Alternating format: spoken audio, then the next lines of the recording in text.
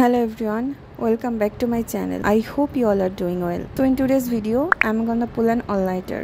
Yes, you heard that right. আজকে আমি সারা রাত জেগে পড়বো। তো প্রথমেই আমি 2 ঘন্টার একটা টাইমার সেট করে নিয়েছি এন্ড আমি পড়তে বসছিলাম রাত 11টার দিকে। তো আজকে টপিক হলো ফিজিক্স ফার্স্ট পেপার চ্যাপ্টার 7 পদার্থের গাঠনিক ধর্ম এবং চ্যাপ্টার 10 আদর্শ গ্যাস ও গ্যাসের গতিতত্ত্ব।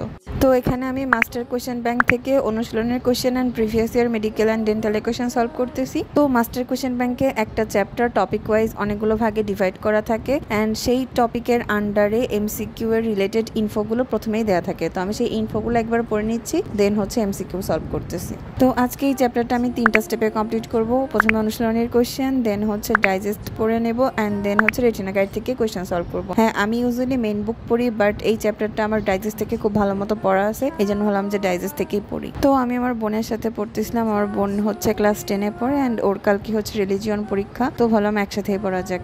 এন্ড ইয়েস, আমরা আমাদের ডাইনিং এ পড়তে বসছি, কারণ হচ্ছে আমাদের ডাইনিং টেবিলটা নতুন কিনছে, এখন সবারই নিজেদের টেবিল ছেড়ে ডাইনিং এ পড়তে ভালো লাগে। এন্ড আমার বোনও আমার সাথে সারা রাত জেগে পড়বে, কজ ও সারা বছর কিছু পড়ে না, পরীক্ষার আগের দিন সব কিছু পড়ে। তো আমার ফিজিক্স চ্যাপ্টার 7-এর হচ্ছে অনুশীলনের এমসিকিউ সলভ করা শেষ। এখন আমি হচ্ছে চ্যাপ্টার 10 আদর্শ গ্যাস ও গ্যাসের গতিতত্ত্বের অনুশীলনের এমসিকিউ সলভ করে নেব। ফার্স্ট টাইমের পর আমি আর কখনো সারা রাত জেগে পড়িনি। একদিন জাস্ট আমার প্রাইভেট টিউটর আমাকে ভোর 4টা পর্যন্ত পড়াইছিল, দ্যাটস ইট, বাট নিজে নিজে আর পড়া হয়নি। So I am kind of scare যে কি হবে, বাট আমি পড়া না কমপ্লিট করে ঘুমাবো না ইনশাল্লাহ। তো এখন আমি তোমাদের রিজনটা বলি যে কেন সারা রাত পড়ার ডিসিশনটা নেওয়া। মেনলি আজকে সারাদিনটাই নষ্ট হয়ে গেছে। সকালে মাত্র 3 ঘন্টা পড়ছি, দেন কোচিং ছিল, কোচিং থেকে এসে আর পড়াই হয়নি। তো মেনলি দিনটা নষ্ট হওয়ার কারণ হচ্ছে আজকে সকালে আমাদের মামনি হচ্ছে আমাদের গ্রামের বাড়িতে গেছে অ্যান্ড আমরা 3 বোন আমাদের বাসায় একা একা আছি, এই জন্য নিজেদের রান্না নিজেদের করে খাইতে হচ্ছে। দেন বাসা থেকে সবাই কল দিচ্ছে যে 3 জন কি করতেছি, এই সব মিলে আর কি 10টা পর্যন্ত পড়তেই বসা হয়নি। তো আমি ফিজিক্সের 2টা চ্যাপ্টারের এমসিকিউ কমপ্লিট করার পর একটু রেস্ট নিচ্ছিলাম। রেস্টের টাইমে হচ্ছে ভাবলাম একটু কোক খাই, কারণ রাত্রে নুডলস খাই কেমন গ্যাস লাগতেছিল।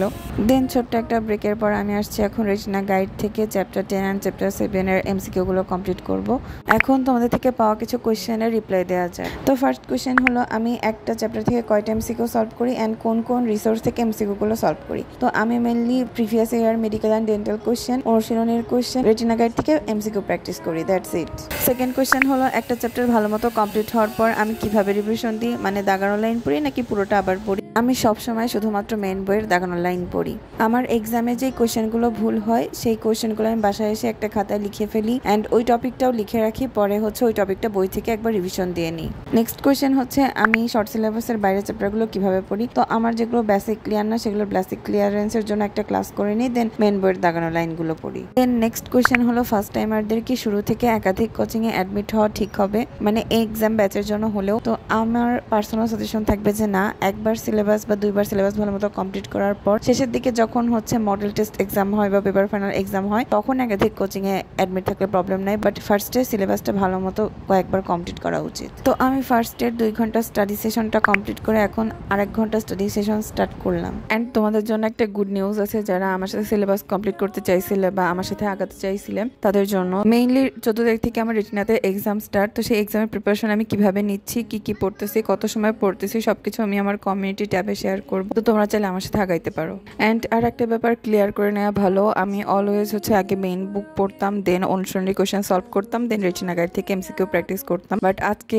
সবকিছু উল্টাপাল্টা করতেছি। বাট আজকে কেন যে এরকম উল্টাপাল্টা করে স্টার্ট করলাম তা আমি জানি না। আজকে আমি রেটিনার কোনো এক্সামের জন্য প্রিপারেশন নিচ্ছি না, জাস্ট নিজের পড়া পড়তেছি রেটিনার স্কেজুল অনুযায়ী। তো এখন চ্যাপ্টার 2টোর অনুশীলনী কোয়েশ্চেন অ্যান্ড রেটিনা গাইড থেকে এমসিকিউ প্র্যাকটিস করা হয়ে গেছে অ্যান্ড এখন আমি ডাইজেস্ট থেকে চ্যাপ্টারটা আবার ভালো মতো পড়ে নেব। সত্যি বলতে এই পড়াটা যদি আমি দিনের বেলা বা অন্য কোনো টাইমে কমপ্লিট করতাম তাহলে আরো অনেক কম সময় আমার পড়াটা কমপ্লিট হয়ে যেত। বাট রাতের বেলায় বাসায় মামনি নেই, আমার ছোট পিচ্চি বোনটা নেই অ্যান্ড রেটিনার এক্সামের প্রেশারটাও ছিল না, তো সবকিছু মিলে অনেক আলসি লাগতেছিল, পড়াটা অনেক স্লোলি যাচ্ছিল অ্যান্ড সত্যি বলতে অনেক ঘুমও আসতেছিল। বাট আমার ছোট বোনের কালকে এক্সাম আছে, ওকে পড়তেই হবে, এই জন্য ও নিজের পড়া কমপ্লিট করার জন্য আমাকেও জোর করে জায়গায় রাখতেছিল অ্যান্ড আমার পড়াটাও হয়ে যাচ্ছিল এই জন্য।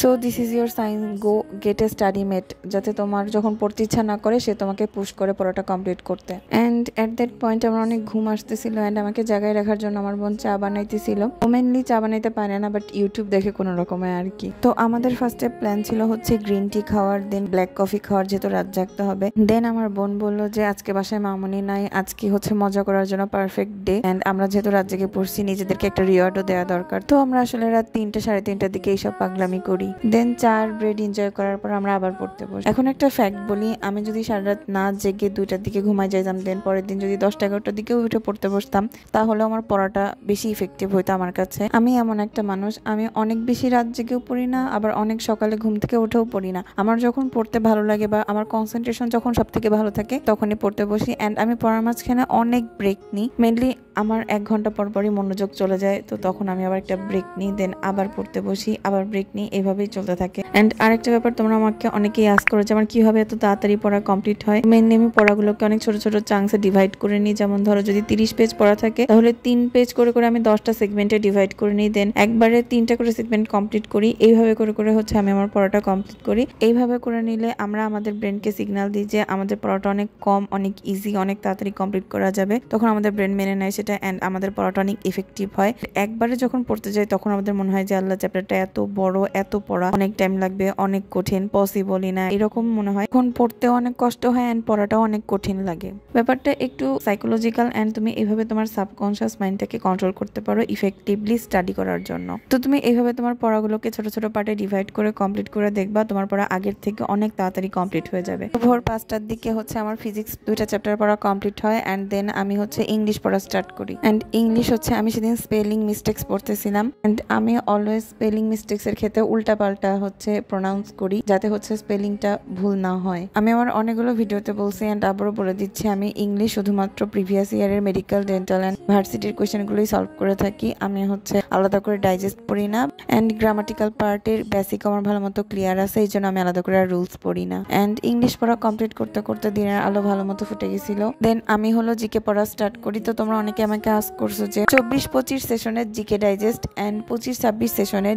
জিকে ডাইজেস্টের মধ্যে পার্থক্যটা কি। First of all, previous GK ডাইজেস্টটাতে হচ্ছে বাংলাদেশ অ্যান্ড ইন্টারন্যাশনাল পার্ট আলাদা করা ছিল, বাট নতুন জিকে ডাইজেস্টটাতে হচ্ছে বাংলাদেশ অ্যান্ড ইন্টারন্যাশনাল পার্ট একসাথে করা আছে। তাছাড়া হচ্ছে প্রিভিয়াস ইয়ারের বইটাতে ডেসক্রিপশন বেশি ছিল, গল্প আকারে লেখা ছিল, অ্যান্ড কোশ্চেন প্র্যাকটিস তুলনামূলক কম ছিল। বাট নতুন বইটাতে হচ্ছে কোনো একটা ঘটনা গল্প আকারে কম লিখে হচ্ছে ইনফরমেটিভ তথ্যগুলো দেয়া, অ্যান্ড হচ্ছে কোশ্চেন প্র্যাকটিস একটু বেশি। অ্যান্ড অন্যান্য সাবজেক্টের ডাইজেস্টগুলোর মধ্যে আসলে কি কি পার্থক্য আছে তা আমার জানা নেই, কারণ আমি ওই ডাইজেস্টগুলো পড়ি না। ফিজিক্স ডাইজেস্টটা পড়ি, তাও আমি এখনো প্রিভিয়াস ইয়ারেরটাতেই কন্টিনিউ করতেছি, নতুনটা পড়ি না, কারণ প্রিভিয়াস ইয়ারেরটাতে আমার ভালো মতো দাগানো আছে। তো জিকে আমি ওই সার্টেন টপিকটা জিকে ডাইজেস্ট থেকে বোল্ড করা লাইন অ্যান্ড কোয়েশ্চেন আনসার গুলো পড়ে নিয়েছি। দেন হচ্ছে রেটিনা গাইড থেকে প্রিভিয়াস ইয়ারের medical, dental and varsity question গুলো সলভ করে নিয়েছি। দেন এই চ্যাপ্টারটা যেহেতু রেটিনাতে ক্লাস এবং এক্সাম হয়ে গেছিল, তো আমি ওই এক্সামের কোয়েশ্চেনটা আবার একবার সলভ করে নিচ্ছি। যারা এই পর্যন্ত ভিডিওটা দেখেছো তারা নিচে কমেন্ট করো যে আমি টোটাল কত ঘন্টা পড়ছি, অ্যান্ড নেক্সট ভিডিও কোন টপিকের উপর চাও সেটাও কমেন্ট করে জানিও। তো আমি রেটিনা থেকে সব সাপ্লিমেন্টারি বুক